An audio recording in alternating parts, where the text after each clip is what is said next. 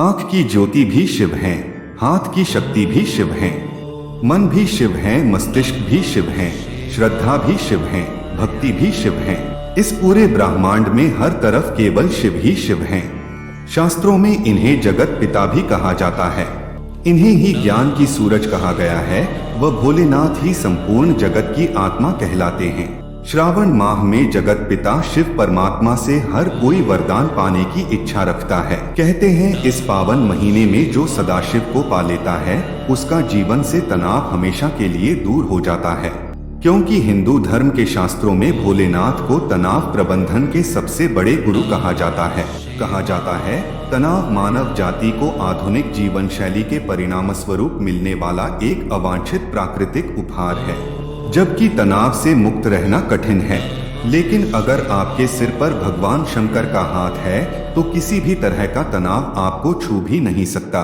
भगवान शंकर के जटा में गंगा और त्रिनेत्र में अग्नि है, जिनकी आपस में दुश्मनी है। फिर भी शिव शंभु कितने और शीतल और शांत है ये सब जानते हैं। शास्त्रों के अनुसार चंद्रमा में अमृत है, जिसे महादेव ने अपने सिर पर सजाया, तो वहीं नीलकंठ कहलाए जाने वाले प्रभु ने अपने गले में जहर को स्थान दे रखा है, जिसका मतलब ये है कि ये जीवनदाता भी है और संहारकर्ता, फिर भी शांत और शीतल है। भगवान शंकर एक तरफ जहां शरीर पर भभूत लगाते हैं तो दूसरी ओर भूत का संग रखते हैं। इनकी भी आपस में दुश्मनी, ये भी इनकी शीतलता की एक परफेक्ट उदाहरण है। नागेश्वर के स्वयं गले में सर्प धारण करते हैं तो पुत्र गणेश का वाहन चूहा, तो वहीं पुत्र कार्तिकेय का वाहन मोर। तीनों की आपस में दुश्मनी, फिर भी हर परिस्थिति में प्रेम से रहे।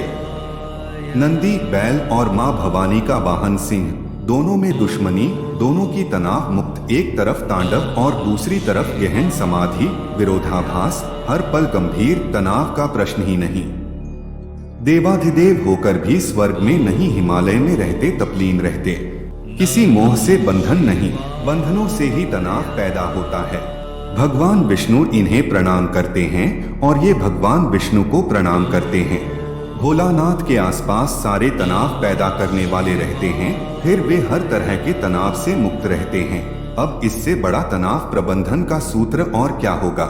इतने विरुद्ध स्वभाव के वाहन और गणों के बाद भी सबको साथ लेकर चिंता से मुक्त रहते हैं, तनाव रहित रहते हैं।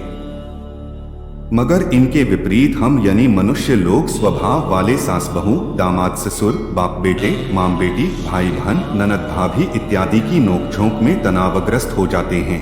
इतना ही नहीं, कार्यस्थल में विपरीत स्वभाव के लोगों के व्यवहार देखकर हम तनावग्रस्त हो जाते हैं, तो वहीं भगवान शंकर बड़े बड़े राक्षसों से लड़ते हैं और फिर समाधि में ध्यानस्थ हो जाते हैं। हम छोटी छोटी समस्या में उलझे रहते हैं, जिस कारण नींद तक नहीं आती।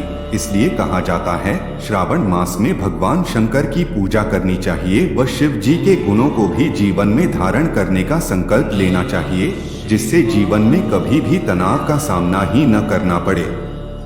आपको यह पोस्ट कैसा लगा? अच्छा लगा तो हमारे चैनल को लाइक करें, चैनल को सब्सक्राइब कर लीजिए। धन्यवाद।